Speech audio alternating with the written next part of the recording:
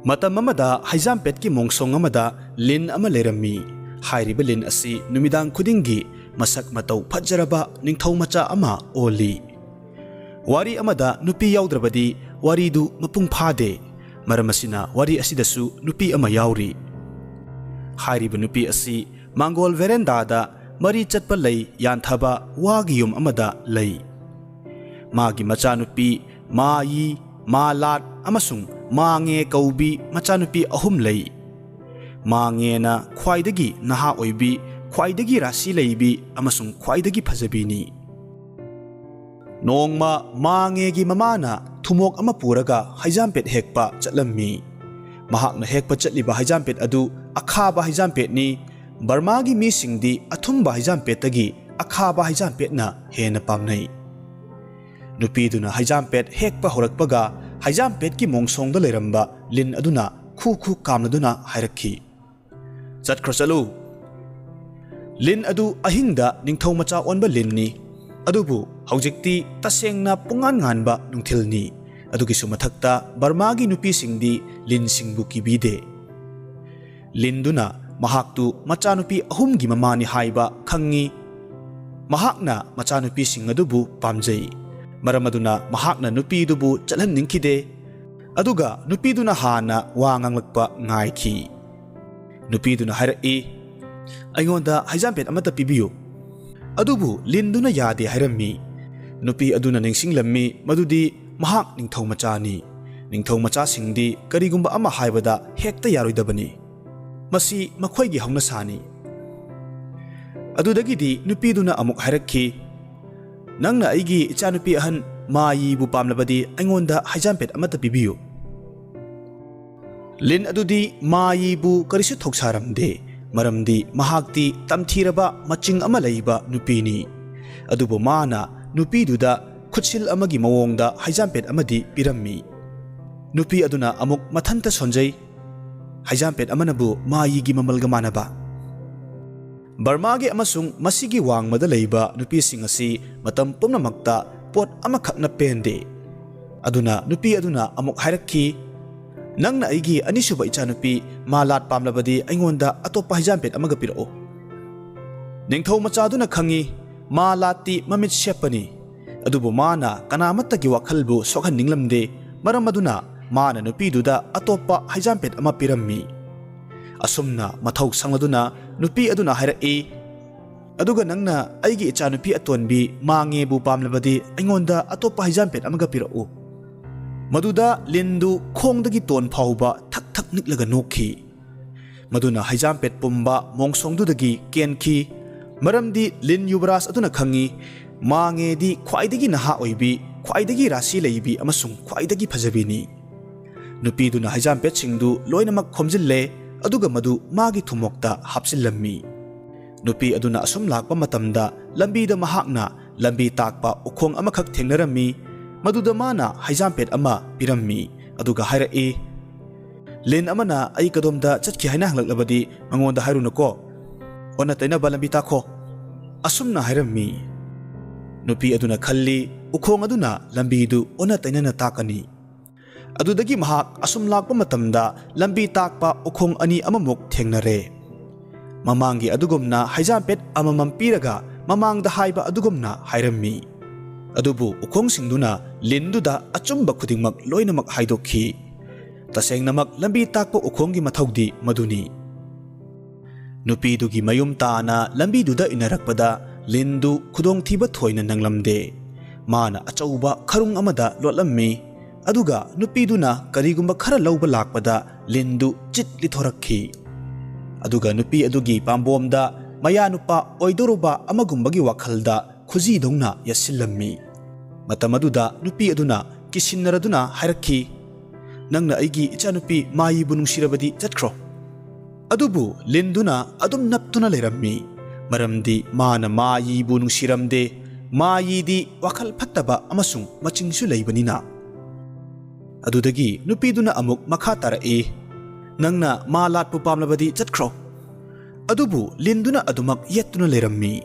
Mana mamit sepi nupi singi mayokta karisu laitrabasu masagi oina mapunchi chupa asigumba nupi ama yengduna legadabadu khallubada pamlamde adudagidi mamai thangda nupi aduna hairakhi nangna icha nupi mange bu nungsirabadi chatkro matamduda lindu wanthaduna leimaida takhi thunamak numidang osilakle lindu numidang oirakpa aduda masak matau fajaraba yubaras ama onkhre hiram pumnamak khanglaba nupiduna machanupi atonbigi nungsibana ngawraba yubaras adu mahakki machanupi atonbi mangega luhonglammi matam kharagi matungda mangena numidangda magi nupana mi oiba aduga ayuk nungthildana lin oiba yubaras amada luhongbagi damakta mana yamna sauninglakhi mahakna mahakki nupabu ayuk nungthildasu mi oina adumak lehanningi maramaduna mahakna magi nupagi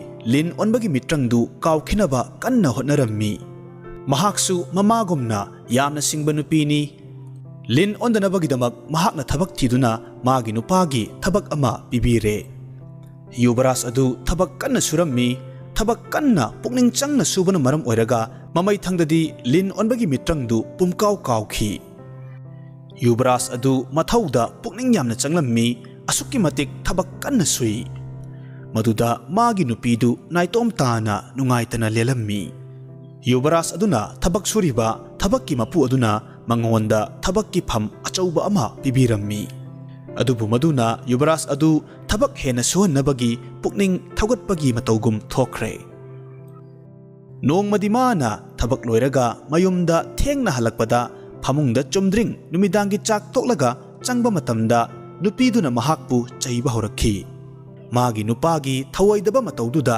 nupidu ninda tawrammi nongmadi ayukta magi nupigi sathina isau langanba matawduda mahak yamna saurammi matamaduda mahakki lin onbagi mitrangdu khangning ningsinglakhi khudakta achauba lin ama onthokhi adudagi mana magi nupigi makhongdu yosilli matamaduda mangena mamabu kawrakhi ima mahakna aigi khu yosinkhre mamana khumlai karisu khalunu hibema napuroibanabu kari tawgadage mangena amuk hairai ima mana aigi ngaksam yotkhre matamaduda mamaduna henmankhre haina khalammi aduga makhatana machanupigi makhol taraktrabada mana ka manungda changkhi amasung machanupi mange pumyot yotkraba linduda yaningdaba uttuna saurammi saurabi nupi aduna asumna hairakhi mabu khudakta othorau linduna amuk khumlai nangna aigi wafamsi yadrabadi madu yaroi ahanbada aina pamba matamda aihak lin oiba tai anisubada aina pamba matamda ai yubaras oiraga labukta thabak suba chatpa tai aina atai mi amagumna thabak sufamdagi thengna halakpada nangi nachanupina aibu nungsidriba karigino nangna yubaras amabu naya nupa oiningkhiba natra nang madu phangle nahak hauzik aibu yubaras amagumna lehenba tai mamana magi warol singdu yare adudagidi lin aduna magi nupibu othoraklammi numitudagi hauna nupi aniduna thabak pumnamak tawkhi aduga yubaras aduna berendada yanthaduna hauriba urirai singi makhada phamlaga akhaba haijampetagi sungba angakpa yu singdu thaklammi matau asumna ningthau amagumna yamna nungaina pankhi hojik amuk taminarasi Phungga Wari tokpa amasung yengi lan yenbi amakhakna macha mayam chenduna koipu puduna macha singbu machinjak pijai nongmadi tokpana thengaduna yenbi da hangi iben ngasidi nakhoi kadai da lekani yenbi na khommi wapan da lekani tokpaduna lepham khanglabadi ahingda phaduna chagadabagi tawribani haiba khangladuna yenbi aduna machinna ama hairaga lekpana atoppa mafam amada hekta lei numitusu wapanda lekani hairaga yengonda lekle nongma amasu tokpana yenbida yamna khangning na hangi iben ngasidi nakhoi kadai da lekani yenbina numit adusu yengonda lekani haina khumdi khumlaga wapanda lekle asum tawna tokpana hangbadana amakhum lekpana atoppa mafam amada hek lekpadagi ahingda tokpana koithi thibada yenbiga machaga asi tokpana amukta thengnade tokpana mapukningda yamna lakchana tawi haina nungaitre amuktangdi haina singduna leire. Nongmasu tokpana yenbida hangi, iben ngasidi kadayda lekani? Yengonda lekani haina yenbina khummi. Adubu tokpana chingnaduna ahingda yengonda thibagi mahutta wapal mayada lumduna leire. Yenbina wapanda lekpa changlakpadadi tokpana lumduna leirambadagi yenbiga macha ayambaga loina phaduna chathokre. Yenba oigadaba yenaw amakhaktangdi warakta changkhibadagi tokpana phaduna chaba ngamhodre.